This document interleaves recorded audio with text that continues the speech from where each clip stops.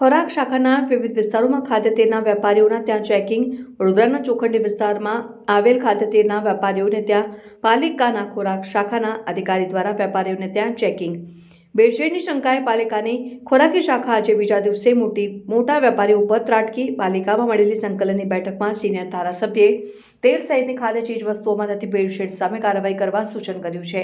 સંકલનની બેઠક મળી હતી। સિનિયર ધારાસભ્ય પટેલે તેલમાં થતી ભેળસેળ અને વારંવાર એક જ વેપારી દ્વારા ભેળસેળ કરવામાં આવતું હોવાનું ખુલ્યું હોવા છતાં તેમની સામે કડક કાર્યવાહી થતી નથી તેવી ફરિયાદ કરી છે, જેના પગલે ખોરાક શાખાની ટીમે ચોખંડી વિસ્તારમાં આવેલી સાઈનાથ એન્ટરપ્રાઇઝમાં ચેકિંગની કામગીરી કરી હતી અને ચેકિંગ દરમિયાન આજે છૂટક તેલ વેચાણ નજરે જોવામાં આવ્યું હતું। ચોખંડી વિસ્તારમાં આવેલ ખાદ્ય તેલના વેપારી પાસે સેન્ટ્રલ લાયસન્સ હોવાથી સેમ્પલ લેવામાં ન આવ્યું।